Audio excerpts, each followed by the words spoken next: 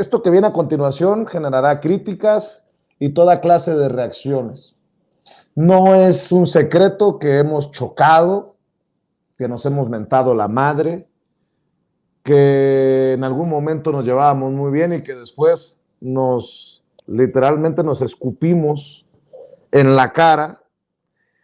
Sigo pensando que él se pasó de pistolas, pero bueno, ya hemos platicado porque más allá de nuestras diferencias, más allá de nuestros pleitos, hay información en torno al caso de Genaro García Luna que debe de darse a conocer. Y en este caso me tragaré todas mis opiniones, dejaremos, espero, nuestras diferencias de lado para servirle a las audiencias. Está en el sistema y le agradezco que se enlace Julio Cerroa, porque dice que tiene información relacionada con Ciro Gómez Leiva y sus reuniones con Genaro García Luna, en momentos en que Ciro Gómez Leiva niega que haya una campaña para defender a Genaro García Luna, incluso niega cualquier relación más allá de lo profesional con Genaro García Luna, quien se encuentra en el banquillo de los acusados. Pues dice Julio Cerroa que tiene información acerca de estas reuniones. Espero haberlo dicho bien en la presentación, Julio. Hay que darle prioridad a las audiencias. ¿Cómo estás? Hola Vicente, gracias. Gracias por la invitación y gracias por la llamada. Primero me gustaría iniciar. Quiero disculparme contigo y quiero disculparme con tu audiencia y te ofrezco una disculpa a ti y a tu audiencia. Y tenemos diferencias, sí, pero creo que algo que tú me mencionaste hace tiempo, lo hiciste al aire, es que fui un malagradecido y en retrospectiva creo que tienes razón y por eso te ofrezco, no sé si se dice ofrecer o pedir disculpas a ti y a tu audiencia por pues haber sido pasado de leche, creo yo, y agradezco que nuevamente me invites a participar en esta ocasión, poner por delante la información. Creo yo que es importante en el caso de Genaro García Luna, esta parte que te voy a comentar. Y hemos visto, y tú has platicado sobre ello, de los debates que tiene Epigmenio Ibarra con Ciro Gómez Leiva. Y hace no mucho se enfrascaron en un debate sobre lo que decía Ciro Gómez Leiva, que en una sola ocasión había hablado con García Luna. Así decía, solamente en una ocasión y buscando información del mismo Ciro Gómez Leiva, dos datos importantes que están plasmados con la pluma, la máquina de escribir o como tú quieras, en una columna del propio Ciro Gómez Leiva el 14 de junio del 2014. Y ahí él confesa cómo conoció a Genaro García Luna y cómo se reunió con Genaro García Luna, donde en la oficina de Genaro García Luna en el 2005. Dice, inicia el párrafo de Ciro Gómez Leiva que escribe una columna que se llama "Qué extraña, rara, triste historia", escribía Ciro Gómez Leiva en una columna que se llamaba La historia en breve. El primer párrafo dice, el día que lo conocí, primavera del 2005, quizá lo que más me sorprendió de Genaro García Luna fue la fotografía gigantesca de la marcha contra la inseguridad de junio de 2004 que tenía pegada en la pared de su oficina de director de la AFI.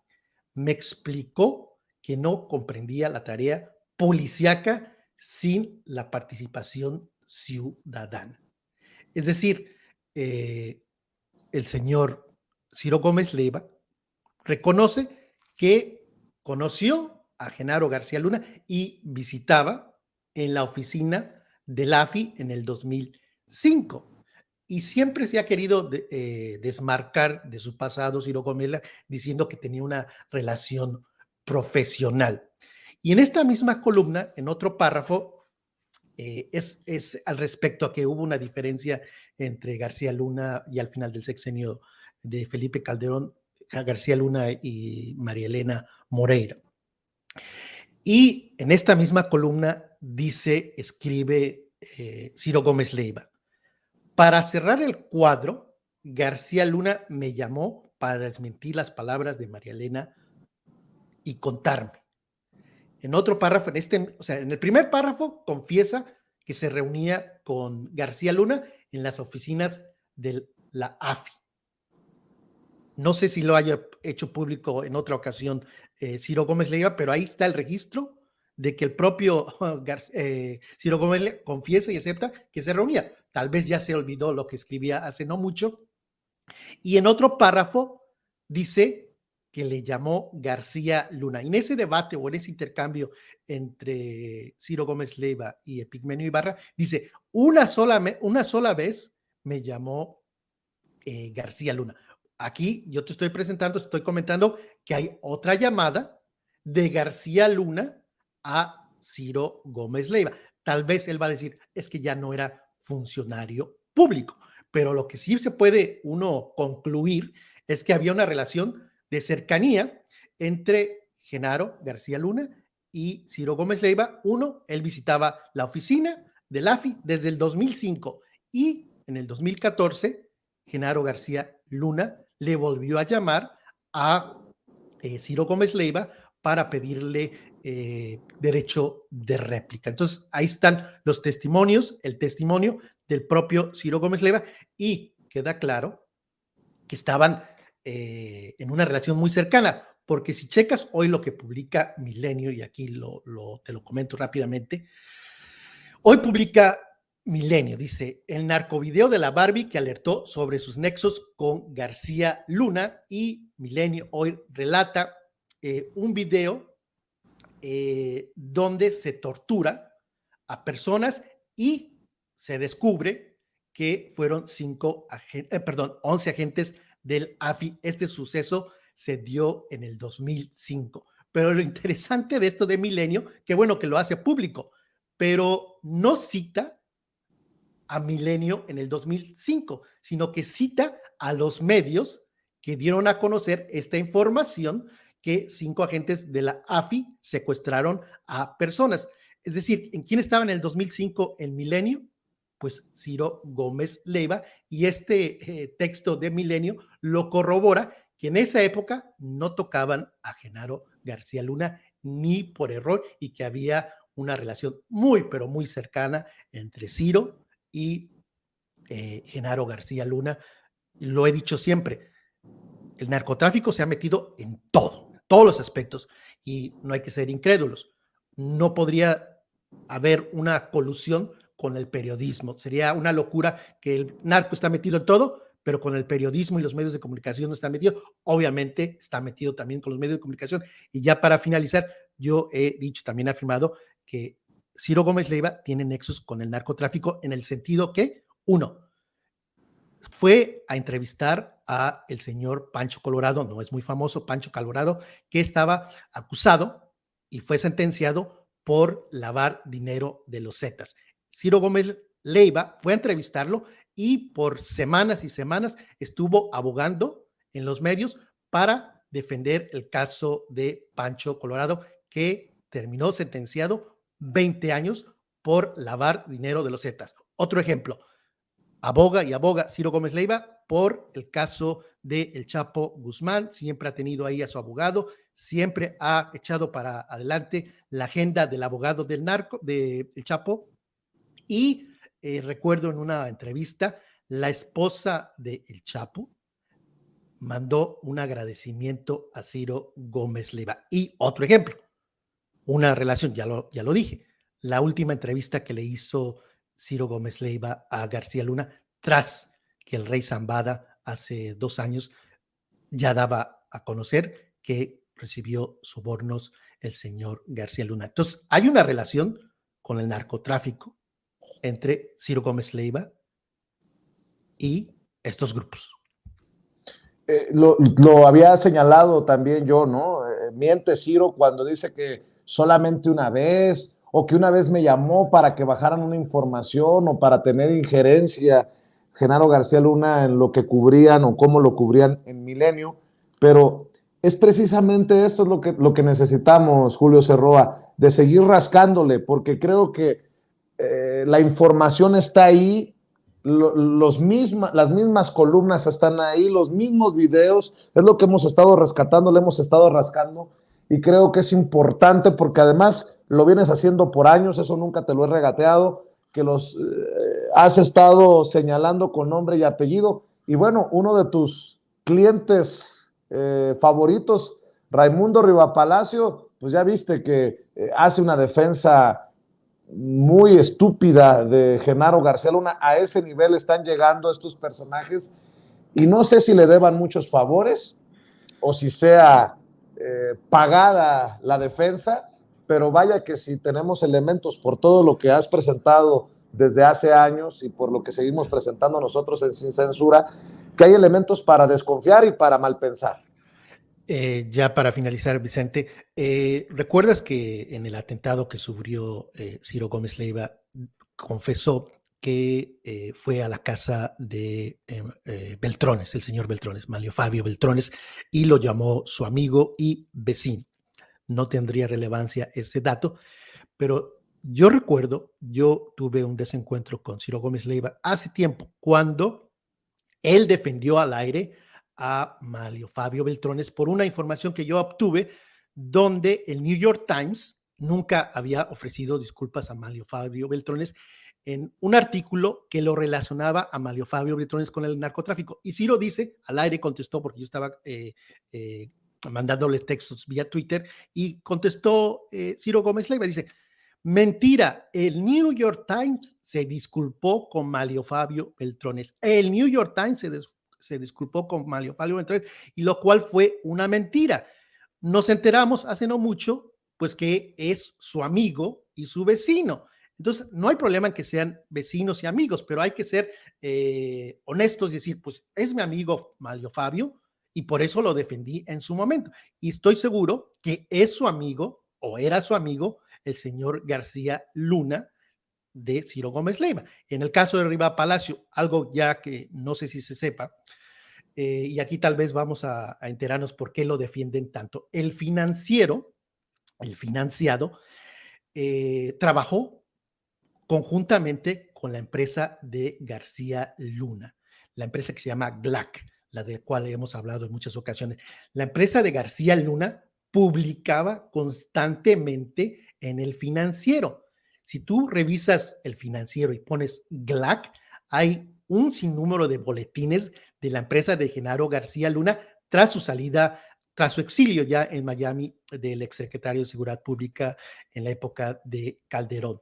Y quien lo lanzó después de su exilio fue Riva Palacio, presentando un libro, y el financiado lo tuvo en dos ocasiones. Una entrevista que le hicieron a modo, Riva Palacio, el director del financiero, y otro personaje que fue del CISEN, no recuerdo su nombre.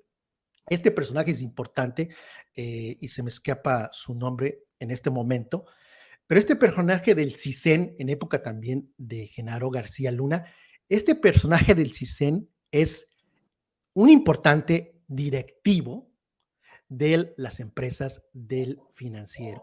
Es de los meros meros en las empresas del señor Manuel Arroyo. Es decir, no tan solo Riva Palacio tuvo una relación muy cercanísima, muy cómoda con Genaro García, sino que el financiado pues tiene negocios o tuvo negocios con García Luna. ¿Cómo te explicas que tenían decenas de boletines de prensa de la empresa de Genaro García Luna? Entonces hay que poner la mira, la lupa sobre este personaje que no recuerdo, pero es personaje del CISEN en época de Calderón y que hoy día es directivo de las empresas de Manuel Arroyo, que es el dueño del financiero. Y hay que recordar rápidamente que el dueño del financiero se benefició con esas cárceles, y en específico con una que está, si no me equivoco, en Tuxpan o Papantla, me puedo equivocar, pero de que les pagaron millones y millones al dueño del financiado, no hay duda que este personaje, que fue del CISEN en 2 ocasiones en época de García Luna, es alto funcionario de las empresas de Manuel Arroyo Vicente. Pues seguro estoy que no tengo que pedirte lo que sigamos escarbando, Julio, por las audiencias y por lo que también amerite. El caso de Genaro García Luna, tú lo has dado a conocer, tú has dado detalles de sus propiedades en Florida.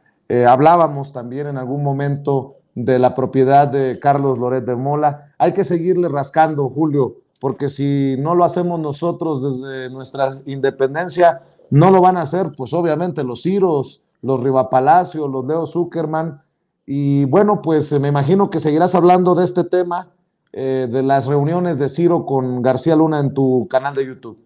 Así es, y hay que revisar la riqueza de los periodistas. Hay que ver si el señor López Dóriga, que no lo mencionamos en esta entrevista, pero el señor López Dóriga también tiene propiedades en el extranjero, el señor Krause también tiene propiedades en el extranjero, Ciro tiene propiedades. ¿Cómo se han hecho de tanto dinero? ¿Por los pagos del gobierno o por nexos con el narcotráfico? Ahí está la pregunta que dejó a la audiencia. Gracias, Vicente. Pues ya lo saben, La Voz de Julio es el canal de YouTube de Julio Cerroa y ojalá que nos des la sorpresa un día de estos con información de una de esas propiedades de los personajes de las vacas sagradas del periodismo mexicano, Julio, y pues aquí, como te lo he dicho siempre, en público y en cortito, la última vez que conversamos fue hace unos días por WhatsApp. Más allá de Vicente Serrano, más allá de Julio Cerroa, lo más importante es la audiencia y si esta información es relevante para la audiencia de Sin Censura, aquí siempre las puertas abiertas. Gracias, Vicente, y nuevamente ofrezco disculpas a ti y a tu audiencia. Gracias, Julio Cerroa, hablando con nosotros sin censura. Y mi querido Toño, pues vámonos porque se nos están quemando los frijoles y luego se enoja Ceci, ya cuando le da hambre a Ceci se enoja y don David dice, ya vámonos. Y con justa razón, don David está desde tempranito contigo. Así es, Vicente, y fíjate que algo que menciona Julio muy importante, esto de las investigaciones del New York Times, sí ocurrió. Hubo un artículo en 1998 que estaba muy, muy fuerte, que escribía Sam Dillon y Craig Pius, que decía, drug ties stink to Mexican governors, es decir, los nexos del narcotráfico manchan a dos gobernadores mexicanos. En aquel entonces, pues tú lo sabes perfectamente, Manlio Fabio Beltrones era gobernador de Sonora, si no me equivoco. Más adelante, en 2018, hicieron otro artículo, ya cuando Manlio Fabio era el director, el dirigente del Partido Revolucionario Institucional. Fear and Corruption Inquiry, former Mexico Party Chief moves to block arrest, que lo que se traduce en temiendo una investigación sobre corrupción, el ex dirigente del PRI, le ofrezco disculpas, se mueve para bloquear su arresto, ¿no? Entonces, por supuesto que en algún momento el New York Times hizo, pues vamos, documentación de algún tipo de vínculo de Manlio Fabio Beltrones con el crimen organizado, y pues eso exhibe a Ciro Gómez Leiva en todo caso, ¿no? Es lo más interesante de todo. Y bueno, me despido con ese comentario que era. Nos vemos en Sin Censura Nocturno, Toño. Tú regresas el lunes a las 6:30 de la mañana. Nosotros nos quedamos porque tenemos mucho que compartir, mucho contenido en nuestros canales.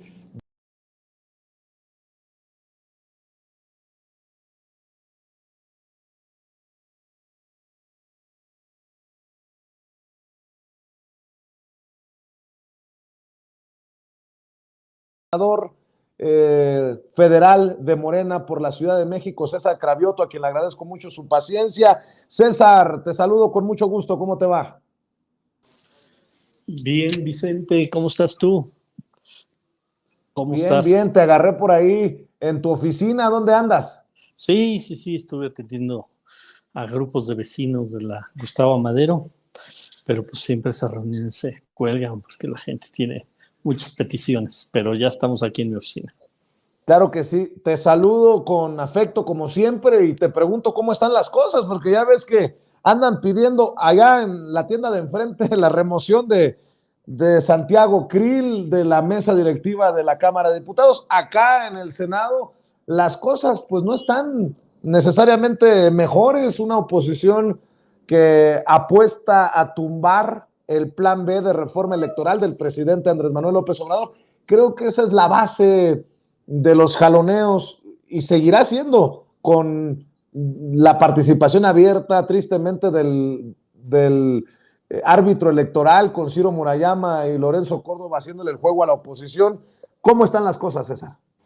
No, bueno, primero eso ya no es un árbitro electoral, ya no tiene nada de árbitro, él ya es un jugador. Ciro Murayama, Lorenzo Córdoba ya son jugadores de la derecha.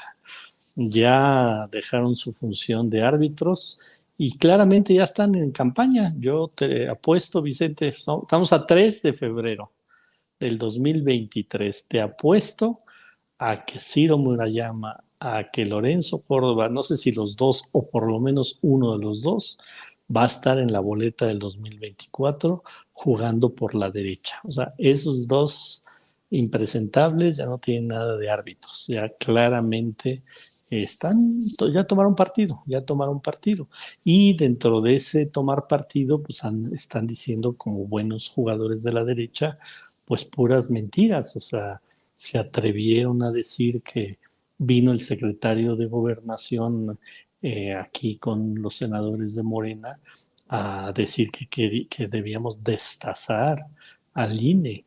Y ya les dijimos, yo como vocero del grupo parlamentario, el propio secretario de Gobernación ya desmintió eso y ellos siguen diciendo esas mentiras. Hasta Carmen Aristegui se compró su mentira y se echó el rollo de que queríamos destazar al INE.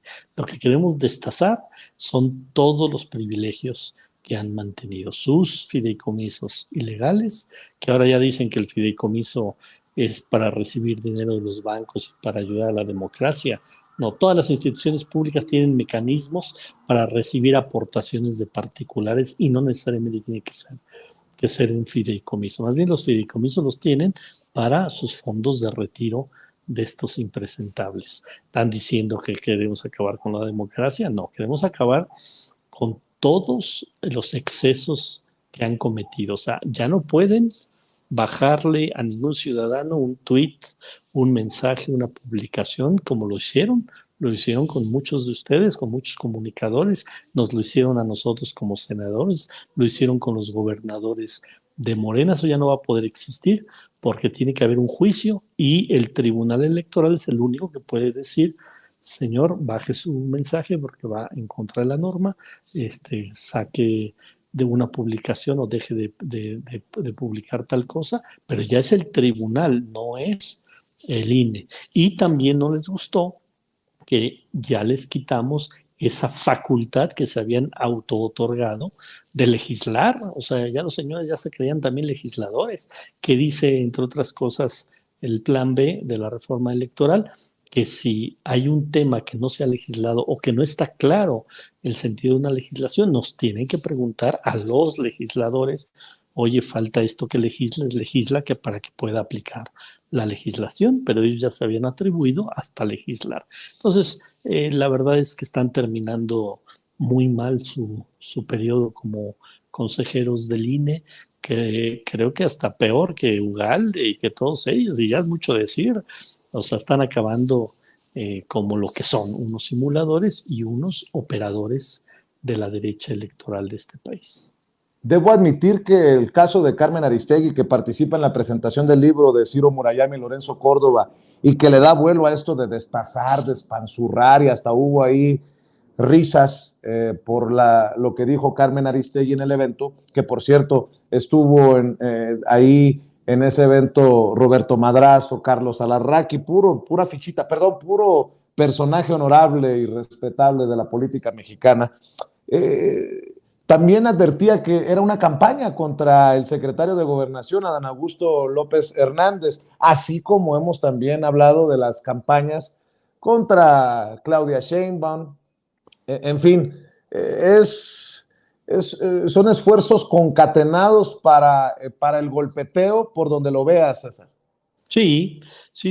Bueno, aquí además del golpe al secretario de Gobernación, pues es un golpe a la reforma electoral, o sea, es un golpe a otra vez generar una percepción de que la reforma electoral es para afectar al Instituto Nacional Electoral y para desviar la atención de lo fundamental de la reforma, que es para fortalecer justamente la democracia, porque además ellos se la pasan diciendo que es una reforma al INE y no es una reforma al INE, es una reforma electoral donde gran parte del articulado de esta reforma no tiene nada que ver con el INE, tiene que ver con instrumentos democráticos y una parte sí tiene que ver con el INE y es lo que no les gusta que los toquemos. Pero bueno, ya van a dejar afortunadamente este periodo nefasto al frente del INE Lorenzo Córdoba y vuelvo a... No, te me escurriste, te estoy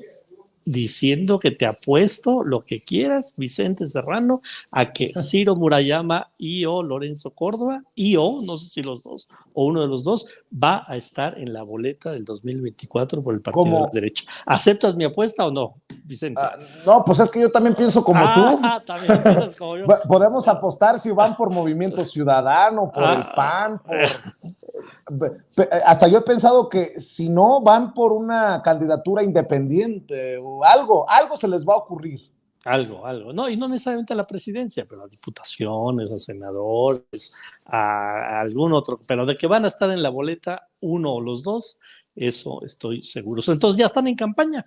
Ya cada declaración de Lorenzo Córdoba, de Ciro Murayama, ya no la podemos leer como consejeros independientes del INE, como consejeros que no toman partido en el INE.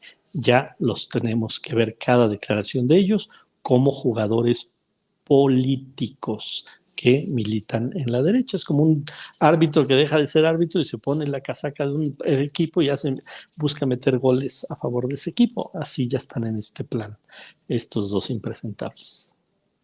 César, no te quiero quitar mucho tiempo, senador, y yo siempre agradecido por estas posibilidades y creo que en el 2023 necesitamos tener mucho diálogo, mucho debate y también para el 2024, pero déjame preguntarte luego de las plenarias, tanto en la de diputados como entre ustedes, senadores y senadoras, ¿qué sentimiento te deja el que le estén apostando a la unidad, el que le sigan fomentando pues esta unidad? Te digo porque hay columnistas como Maldonado, creo que se apellida, un columnista del Universal, que dice, es mentira, eso fue solamente para la foto, pero al interior se están acuchillando.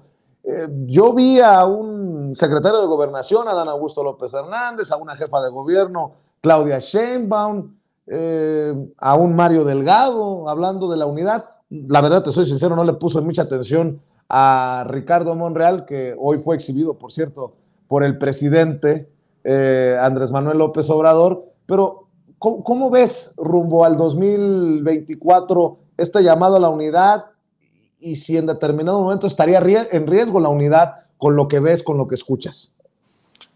Mira, yo creo que es un tema relevantísimo. Creo que todos los que estamos en el movimiento de la Cuarta Transformación, todo el obradorismo, todos los que estamos en Morena, más que ya ponerle atención a las mentiras de la derecha, tenemos que ponerle atención a tejer la unidad del partido. Es fundamental. O sea, vamos a ganar la elección del 2024 y lo único que podría dificultar este triunfo es que no haya unidad. De todos modos vamos a ganar la elección, eso que quede claro, vamos a ganar la elección del 2024.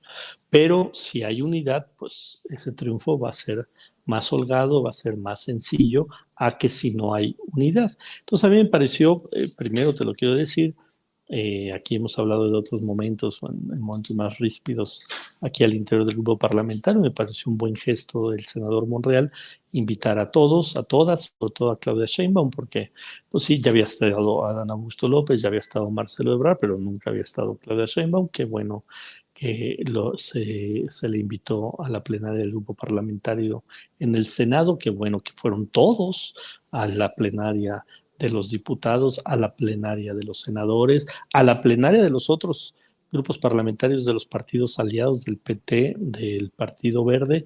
Creo que fue extraordinario inicio del periodo para todos nosotros. Todavía ayer estuvo Gerardo Fernández Noroña con nosotros para cerrar, digamos, la pinza con los 5 que están, digamos, apuntados en este proceso de que se están dando a conocer al interior del país los compañeros que quieren tomar la estafeta del presidente López Obrador. Tenemos que mandar un mensaje muy claro. Quien se salga de la unidad está traicionando al movimiento. Quien se salga de la unidad está traicionando al obradorismo, y quien se salga de la unidad pues no va a tener ninguna oportunidad. Y en esto el tema de Coahuila se vuelve importante.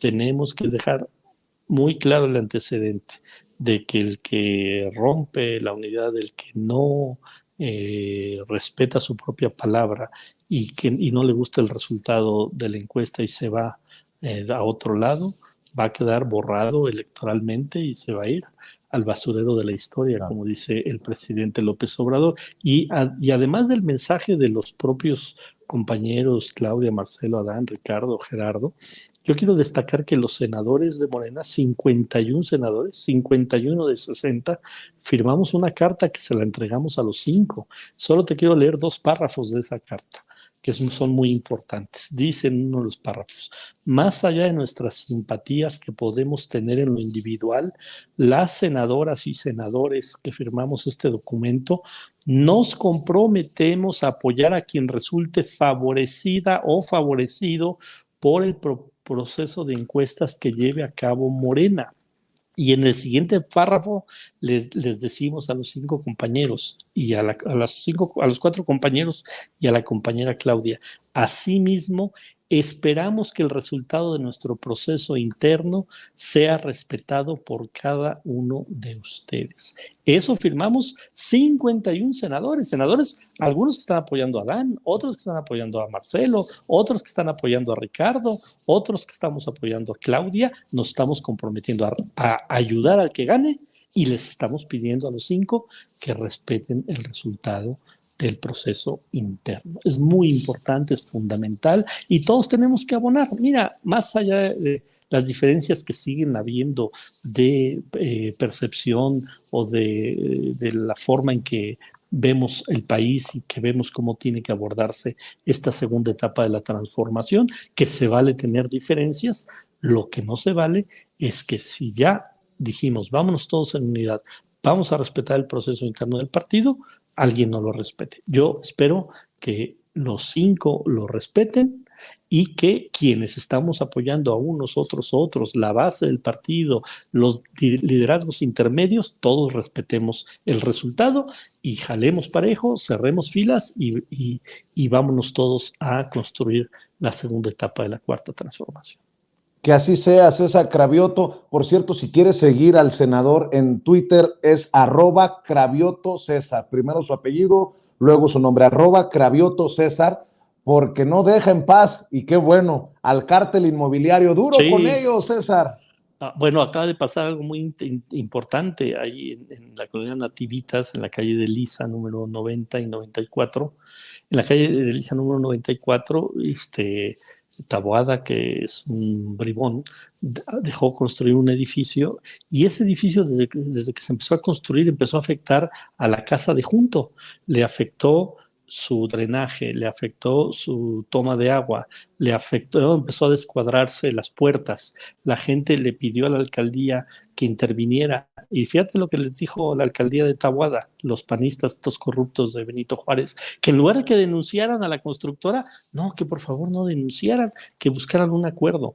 Bueno, los vecinos en buen plan buscaron un acuerdo, les pusieron una tubería de agua mal puesta, tuvieron una fuga de agua, les afectó porque les llegó una enorme factura del agua, pero pasó algo más grave. Hace 10 días se les incendia la casa, y se les incendia la casa porque refieren algunos vecinos que los trabajadores de la obra estaban haciendo la cometida de luz y empezaron a sacar chispas. El chiste es que se les incendia, y ni así fue la alcaldía para clausurar, ni así fue la alcaldía para exigirle a la constructora que atendiera. Me entero del caso, doy una conferencia ahí, obviamente mando la información al INVEA, Ciudad de México. Afortunadamente ayer clausuran la obra, y todavía el cínico y corrupto de Taboada se atreve a mandar un tuit retando a la vecina, diciéndole que la estamos manipulando. O sea, en lugar de que atiendan a los vecinos, se enfrenta contra los vecinos. Evidentemente la vecina ya le contestó que nunca han sido atendidos por la alcaldía. Bueno, afortunadamente ya se clausuró la obra, vamos a ayudar como movimiento. Le estamos pidiendo también al gobierno de la ciudad que ayude a esta familia, pero no voy a dejar de señalar todas las corruptelas de estas gentes. Fíjate lo que hace Taboada. A la 1 de la mañana lo llama Sandra Cuevas, y ahí va corriendo a la alcaldía de Cuauhtémoc a hacer una conferencia de prensa. Seguramente le dijo: oye, Taboada, si no vienes en este instante a respaldarme, y lo mismo seguramente le dijo a Lía Limón, si no vienes en este instante a respaldarme, voy a decir que también en sus alcaldías hay volantes contra la jefa de gobierno. Entonces ahí están a la 1 de la mañana, hasta en pijama llegaron, dieron su conferencia de prensa a favor de Sandra Cuevas, pero se incendia en la casa de un vecino de la Benito Juárez, donde el señor gobierna, y no es ni para pararse y no es para atender. La gente se molesta, acude con nosotros, le ayudamos, y en lugar de que acepte que no la atendieron, se va encima de la vecina. Así es como gobiernan los alcaldes panistas, y sobre todo los del cártel inmobiliario en esta Ciudad de México. Duro con ellos, mi querido César. Te mando un abrazo y estamos al pendiente para seguir el diálogo. Cómo no, Vicente, un abrazo a ti, a tu auditorio, a seguirle dando. Y felicidades por tu cobertura de lo de García Luna, que es otro tema que los panistas parece que no quieren que se hable nadita, pero qué bueno que medios como tú están dándole seguimiento al tema. Gracias, César, por las generosas palabras. Se hacen pendejos. Mi querido César, un abrazo.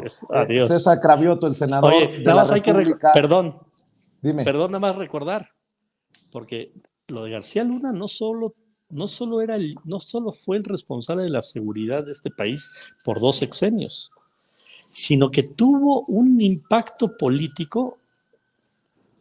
Hay que acordarnos quién fue la candidata a jefa de gobierno en la Ciudad de México en esas épocas.